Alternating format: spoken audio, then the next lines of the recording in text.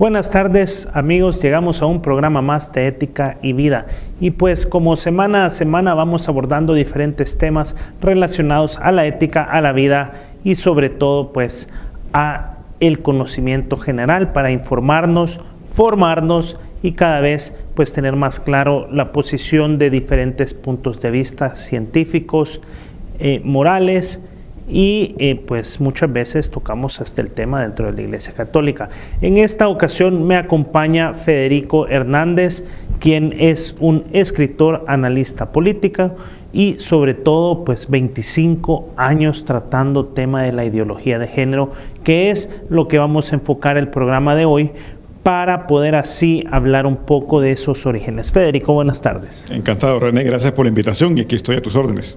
Bueno, entonces a mí sí me gustaría que en los dos bloques pudiéramos ir desarrollando un poco sobre la ideología de género, sus orígenes y tal vez llevar un poco de la mano de esa agenda que estamos viviendo en nuestro país, que día a día se está queriendo impulsar. Ya lo tuvimos en unas semanas recién pasadas, un tema que como que sí fue metido así un poco camuflajeado a la Asamblea Legislativa por gente que no lo esperábamos, peor todavía. Y pues en el camino, gracias a Dios, a uno que otro se retractó y se logró evitar que eso pasara a una plenaria. Pero si bien del punto de vista de como analista político me gustaría que también tocáramos ese tema porque está un poco fresco, pero para entrar a eso me gustaría empezar en los orígenes de esta ideología de género. Bueno, René, creo que es importante entender que todo lo que ocurre, para bien o para mal en la política, nace de una idea. Es decir, cuando hay gente que dice, no, pero es que no hablemos de ideologías, centrémonos en la realidad de la gente. Sí, pero es que para centrarse en la realidad de la gente, uno tiene que partir de las ideas que paren la política. La política no nace espontáneamente, la política es un producto, digamos, de un constructo de ideas que se crean en un momento dado por uno o varios autores, y esto eventualmente se encarna en la política y termina haciendo las cosas para bien o para mal que pasan en nuestra sociedad. Es decir, uno no puede simple y llanamente pensar que la realidad social, cuando uno la estudia y trata de cambiarla, no lo va a hacer a través de sistemas que parten de ideas y de ideologías, ¿verdad? En el caso particular del género, hay que entender que ya desde el mismo momento en que hablamos de género, estamos hablando de algo ideológico. Si la gente que nos ve tiene la edad suficiente, se recordarán que antes de mediados de los 90, cuando poníamos nuestra identidad, digamos, en aquel momento en la cédula, decía sexo, masculino o femenino. Ahora dice género el DUI, ¿verdad? Y a partir de los 90, mediados de los 90, 95 para acá, para ser exactos, comienza un poco a ponerse de moda la palabra género. Y todo era género, género aquí, género allá, y no aparecía el sexo por ningún lado. Esto a mucha gente que ya veníamos bregando con este tema no nos llamó la atención porque sabíamos de dónde venía. Pero todo esto es producto de una imposición, esa es la realidad, de una imposición de una agenda que parte de la 4ª Cumbre Internacional de la Mujer en Beijing, China, ¿verdad? Naciones Unidas, ahí tiene una cumbre donde de alguna manera se instala esta perspectiva o enfoque de género. ¿Por qué decimos que es una ideología? Porque antes de Marx, ideología podía ser el conjunto de ideas que alguien tenía para enfrentarse a una realidad dada, ¿verdad? Digamos, era un término más o menos inicuo, inofensivo, ¿verdad? Pero a partir de Marx, ya ideología es un conjunto de ideas cerrado sobre sí mismo, que trata de cambiar radicalmente la realidad, pero no forzosamente tomando de esa realidad la verdad de las cosas, ¿verdad? Por eso es que los ideólogos a partir de Marx tratan de explicar integralmente al ser humano, ¿verdad? Cosa muy distinta, por ejemplo, con el liberalismo, que no trata de explicar completamente al ser humano. Marx sí, Marx trata de construir una antropología, una forma de entender en su totalidad a los seres humanos. Y claro, por eso es que toman a veces formas doctrinarias y se convierten en artículos de fe con mucha facilidad, porque la gente aparta a Dios y se quedan, bueno, a Dios o una filosofía de vida o como lo queramos llamar, y sustituye todo eso por una forma radical de entender la realidad para querer cambiarla. Ahora, ¿por qué menciono esto, René? Porque hay una vertiente ideológica totalmente identificable, muy bien documentada, de cómo lleva eventualmente a el género, pero hay una vertiente también geopolítica que tiene que ver con los intereses exclusivamente de Estados Unidos, hay que decirlo con toda claridad. En Estados Unidos, a partir de los años 20 del siglo XX, aparece una ideóloga del control de la natalidad que se llamaba Margaret Sanger, que en 1921 específicamente crea la Liga del Control de la Natalidad en Estados Unidos. Ella era una mujer totalmente involucrada con la eugenesia, es decir, ella estaba convencida que los seres humanos, para querer crear una raza superior, era importante que aquellos que fueran más aptos se reprodujeran mucho y aquellos que fueran menos aptos no se reprodujeran, ¿verdad? Así de sencillo, digo, esto está en sus libros, no estoy diciendo nada que nadie pueda incluso googlear en internet, ¿verdad? Ella crea la liga que eventualmente, a partir de 1961, se convierte en lo que hoy es Planned Parenthood, ¿verdad? Esta famosa multinacional que básicamente anda promoviendo el aborto por todo el mundo. Por cierto, con muy buen financiamiento de Naciones Unidas, por cierto, ¿verdad? A partir de los 60s, esta política de control natal comienza a ser financiada por el gobierno norteamericano en la administración Kennedy y luego se consolida con la administración Johnson. Pero con Nixon, Henry Kissinger, que en ese momento era el secretario de Estado de Nixon, manda a pedir un informe, que así se llama, el informe Kissinger, también se puede ver en internet sin ningún problema, que fue desclasificado hasta 1990. En ese informe claramente establecen que por seguridad de los Estados Unidos, por seguridad nacional, era importante controlar la natalidad en el sur del continente, particularmente Brasil y Colombia, por dos razones específicamente, porque en la medida en que crecía descontroladamente la población de estos países, Kissinger y su gente suponían que esto iba a llevar a una masiva migración hacia el norte, cosa que por cierto en efecto ha ocurrido, pero además porque estaban convencidos de que en la medida en que creciera la población esto podía llevar a estos países a ser más competitivos económicamente y por lo tanto convertirse en una amenaza seria para la hegemonía económica norteamericana. Entonces, cosa muy curiosa, la vertiente marxista, socialistoide, digamos, del género, termina vinculándose en la práctica, ya a través de Naciones Unidas, con la vertiente geopolítica, ¿verdad?, detrás del género. Y llegan a la cumbre de 1995 en Beijing y desde entonces se ha convertido en una especie de mantra, no solamente para Naciones Unidas, sino para todos, absolutamente todos sus cuerpos de fuerza, digamos, en el mundo, PNUD, UNICEF, etcétera, etcétera. ¿Verdad? Entonces, si sabemos esto y estamos claros de esto, no debe extrañarnos que de pronto aparezcan grupos que salgan con cosas como las que vimos en estos recientes días, ¿verdad? Que llegan a la Asamblea Legislativa a poner, por ejemplo, proyectos de ley que básicamente buscan sustituir a los padres de familia en la formación integral de algo tan íntimo para sus hijos como es la sexualidad, ¿verdad? La gran pregunta que tenemos que hacernos primero es, ¿debe ser el Estado el que cubra ese vacío? Si ese vacío existe, que por cierto es cierto, el vacío existe, no hay ninguna duda. Hay una realidad que debemos cambiar y debemos combatir, pero ¿por qué a través del género? ¿Por qué a través de una ideología? ¿Por qué no lo hacemos de otra manera? Hay alternativas en el mundo que se han demostrado exitosas. Tenemos el caso de Uganda, tenemos el caso de una serie de países que si uno empieza a revisarlos, hay alternativas para esto. Lo que hay que hacer es buscarlas. Lo más fácil es tomar lo que ya viene cocinado por Naciones Unidas.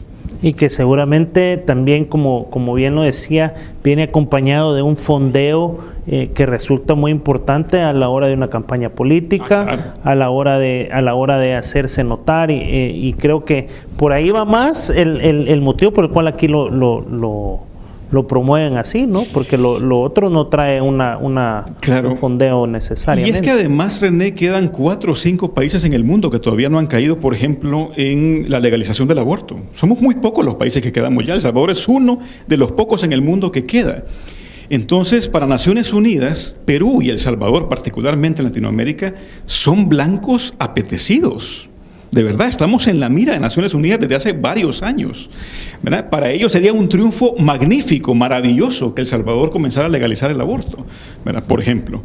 Y aquí lo hemos impedido porque todavía ha habido una mayoría, que también se ha transformado en una mayoría política, que afortunadamente ha sido lo suficientemente honesta, digamos, para poder contrarrestar esto. Todo lo que acabo de mencionar, por cierto, no tiene nada que ver con la religión. Por cierto, porque mucha gente dice, no, pero es que siempre aparecen los argumentos confesionales. No he dado absolutamente ningún argumento confesional. No tengo por qué recurrir a ello. Yo fui 15 años ateo. Y cuando fui ateo yo también estaba en contra del aborto. Y por las mismas razones por las que estoy en contra hoy. Esto no tiene absolutamente nada que ver con si se tiene fe o no se tiene fe. Es si uno es honesto intelectualmente o no. Eso sí, ahí sí tiene mucho que ver con esa honestidad. Y eso creo que le falta un poco a cierta gente que sin darse cuenta, a veces de buena fe, ingenuamente, están siendo instrumentos realmente de planes que han sido creados, entre otras cosas, por razones crematísticas, ¿verdad? Por el puro afán de lucro. A ver, si en Lesoto, por ejemplo, África, se venden en un año 7.5 millones de píldoras del día después, ¿quién gana? Esa es una pregunta que hay que hacerse, porque obviamente alguien está ganando, ¿verdad? No se vende, esas píldoras no se venden, ¿verdad? Alguien está embolsándose muy buena plata. ¿Quién? Las farmacéuticas. Bueno, cuando uno empieza a ver en Naciones Unidas, estas cosas no son escondidas, por cierto, no las esconden tampoco. Uno se mete a las páginas web de Naciones Unidas y uno ve quiénes fondean Naciones Unidas y ahí se da uno cuenta. Digo, lo que uno tiene que hacer es simplemente ir armando el rompecabezas, ¿verdad? Un poco aplicando el sentido común. Y es bastante fácil descubrir estas cosas, ¿verdad? Al final, cosa que en nuestros países quizá ni lo vemos, porque el lobby se hace en Nueva York, en las Naciones Unidas, y ahí es donde entra este fuerte. Creo que es muy importante recalcar esto, porque mucha gente solo se enfoca en el problema que aquí tenemos, lo cual es cierto, hay un problema muy serio de una falta de una educación sexual, pero correcta. Así es. Sí. O sea, y además que sea integral, René, es decir, mire, a ver, cuando yo estaba de presidente de Concultura, todavía existía Concultura para entonces, del 2004 al 2009, nosotros impulsamos una encuesta que se llamaba Adolescentes con Cultura. Eso fue en el 2008. Y básicamente lo que buscamos fue preguntarle a 3.000 jóvenes en El Salvador, todos, 3.000 jóvenes, nunca se ha vuelto a hacer una cosa similar. Les preguntábamos si sabíamos sobre la genitalidad sexual. Es decir, cómo se ponía un preservativo, por ejemplo. ¿Usted cree que los jóvenes no saben cómo se pone un preservativo? Claro que sí, hombre, por Dios. Eso es fácil de ver hasta en internet. Claro que lo saben. Uno no puede pretender que el joven va a dejar de exponerse a situaciones sexuales anómalas o peligrosas, digamos, porque usted le enseña cómo la parte... Voy a decirlo de esta manera tan fuerte, pero así lo dice un buen amigo mío, Joaquín Dirala, médico español, la parte veterinaria del sexo. Si eso ya lo saben, no seamos ingenuos. Lo que hay que explicarles es cómo hacer, por ejemplo, para fortalecer su voluntad, para que en el momento en que una persona quiera llevarlos a la cama, decirles que no. ¿Verdad? Esa parte que también, por cierto, en el proyecto de ley que presentaron, trataron de esconderlo a través de la afectividad, cosa curiosa, porque no entiendo cómo la afectividad tiene algo que ver con los derechos sexuales y reproductivos. Cada vez que en un cuerpo de ley aparece el concepto de derechos sexuales y reproductivos, eso remite, entre otras cosas, por ejemplo, al aborto. No hay ninguna duda. Claro, para saber esto hay que remitirse a los informes de Naciones Unidas, donde es claro que todo esto lleva, pasando por pies de páginas y un montón de referencias, documentales, etcétera, a la plataforma de Beijing, donde es claro que los derechos sexuales y reproductivos incluyen el aborto, ¿verdad? En fin, creo que en estas cosas, si realmente queremos ayudar, si queremos crear alternativas que beneficien objetivamente a la juventud salvadoreña para evitar además que sean víctimas de muchas cosas que están viviendo hoy, lo cual es totalmente real, creo que es importante sentarnos, la gente que estamos interesadas en esto, y plantear alternativas. Lo que no podemos hacer, René, es hacer lo que pasó estas semanas, que llega un grupo de personas pasando encima casi el 70% de la fracción legislativa que aparentemente estaba impulsando el tema. El 70% de esa fracción no sabía que iban a impulsar el tema, y lo pasan sin ningún tipo de discusión a la Asamblea. ¿Por qué no se porque les encanta además este verbo, ¿por qué no se socializó el tema? ¿Por qué no se hizo previamente? ¿Por qué correr? ¿Cuál es el problema? Tengo que hacer una pequeña pausa, pero volvemos y sí me gustaría retomar aquí porque juzgamos mucho a justos por pecadores en este caso. Así es que volvemos en unos minutos.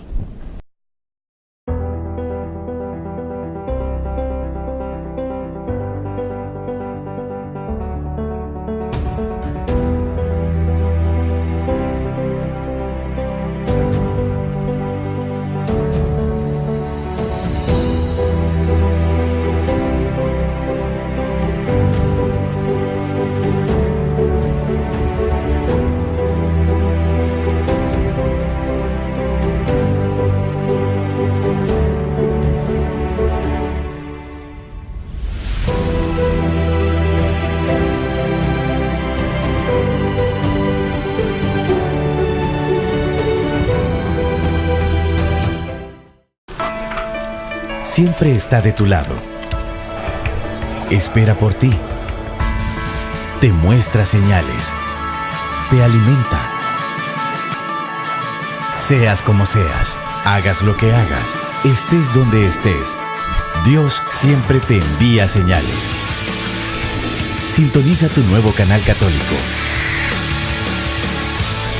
TVK, la señal que te transforma.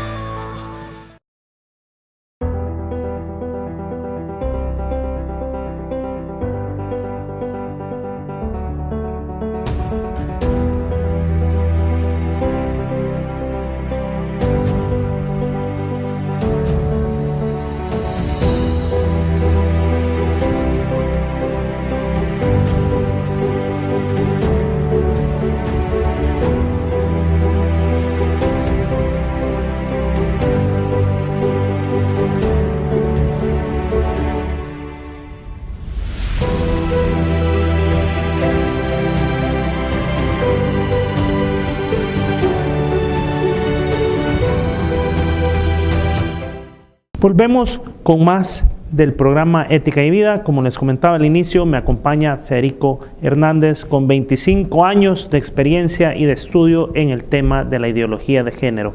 Pero retomando un poco donde dejamos esta conversación sobre esa manipulación que es sobreentendida en estos casos. Creo que siempre tratan como de llegar por la tangente, de llegar, como decíamos, por el pie de página, con tal de empezar a meter esto. O sea, solo con el hecho de que dijera afectividad o que dijera derechos sexuales y reproductivos, es como agarrar la perilla de la puerta y empezarla a abrir. Claro, sin ninguna duda. Pero es que además, René, porque es lo que ha pasado en otros países. Es decir, esto no es un invento, porque hay gente que dice, ¡ay, qué exagerados! Pero hombre, ¿qué es lo que ha pasado en Argentina, por ejemplo, recientemente, ahora que han estado discutiendo el tema del aborto? Que, por cierto, no pasó. Al final, la Cámara Alta decidió no pasar el tema. Pero ¿por qué sucede? ¿Cómo se metieron? Se cuelan de la misma manera. Si es que este es un guión que mucha gente utiliza, obviamente, para ir poco a poco minando la sociedad en general e irse filtrando. Esto incluso hasta tiene que ver con la parte ideológica socialista, si nos remitimos a Antonio Gramsci. Antonio Gramsci fue un, político, fundador del Partido Comunista en Italia, murió en 1937 en una cárcel fascista, y él es el creador de lo que hoy llamamos el marxismo cultural. Él decía, miren, para infiltrarse con nuestras ideas socialistas y comunistas en la sociedad, perfectamente podemos prescindir de la vía violenta que tanto le gustaba a Marx. Hagámoslo a través de la cultura. Hagámoslo a través de los medios de comunicación, hagámoslo a través de la ciencia, de las artes, ¿verdad? De las relaciones económicas y sociales, de la educación. Para ellos era sumamente importante este tema, ¿verdad? Entonces, claro, ¿por qué? Porque de esa manera usted llega en un momento de su vida muy vulnerable a las mentes de los niños. Ojo, yo no estoy diciendo con esto que toda la gente que impulsa esta agenda están conscientes que la impulsan. Esto sí quiero dejarlo muy claro. Mucha de la gente que está detrás de estas cosas no son monstruos. No es gente que esté pensando que está matando niños a través del aborto. Mucha gente piensa que lo que pasa en el momento de la unión de los gametos no es nada, simplemente hay un conjunto de células y no hay una persona, ¿verdad? Para saber que no es así, hay que ser honesto intelectualmente y buscar. Y hay que ir a las tres materias científicas que le dicen a uno de dónde viene la vida, ¿verdad? Que es la genética, la biología celular y la embriología. Pero bueno, como no llegan a tanto y se quedan en la superficialidad, pues simplemente lo hacen pensando que le están haciendo un gran bien a la humanidad, ¿verdad?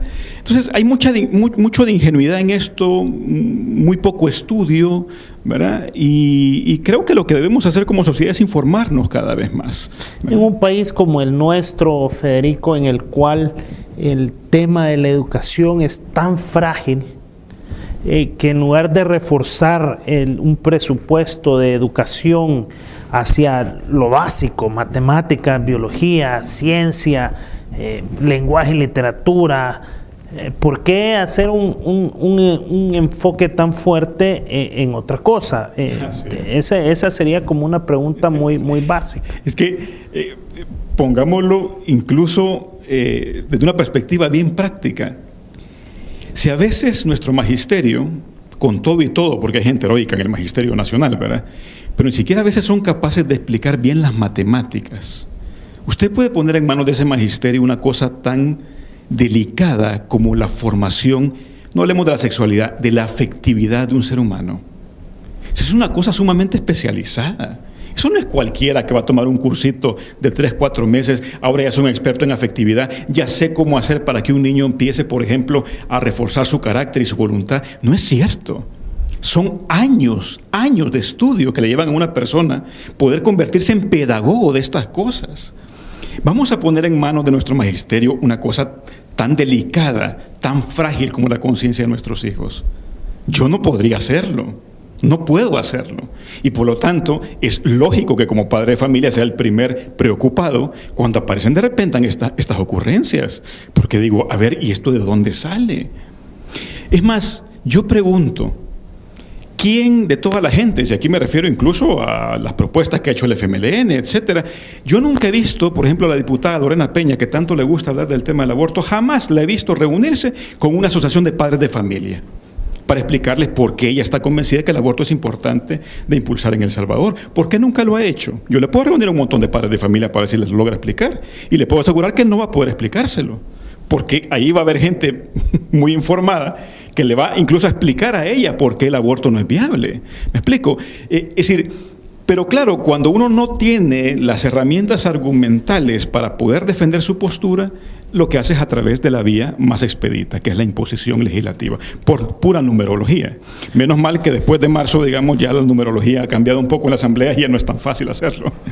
Sí, creo que eso es muy importante, que hemos podido vernos un poco beneficiados como país a una protección más fuerte hacia la vida. Sin embargo, los ataques que se vinieron sobre la comisión que rechaza este anteproyecto de ley,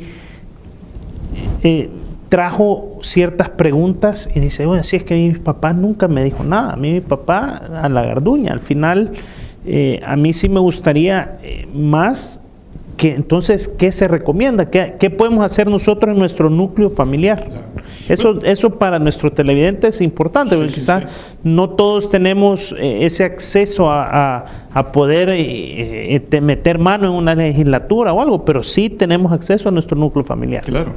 Por ejemplo, desde el metro cuadrado que usted y yo y los amigos, además que nos ven en este momento, ocupamos, podemos hacer muchísimo. Primero informándonos lo más que podamos, desde luego, ¿verdad? Viendo TVK, por ejemplo, ver este tipo de entrevistas. Pero no solamente eso, también yendo un poco más allá en el trato con nuestros hijos. Mire, al final, René, el principal enemigo de la familia en El Salvador en este momento no es tanto los matrimonios igualitarios.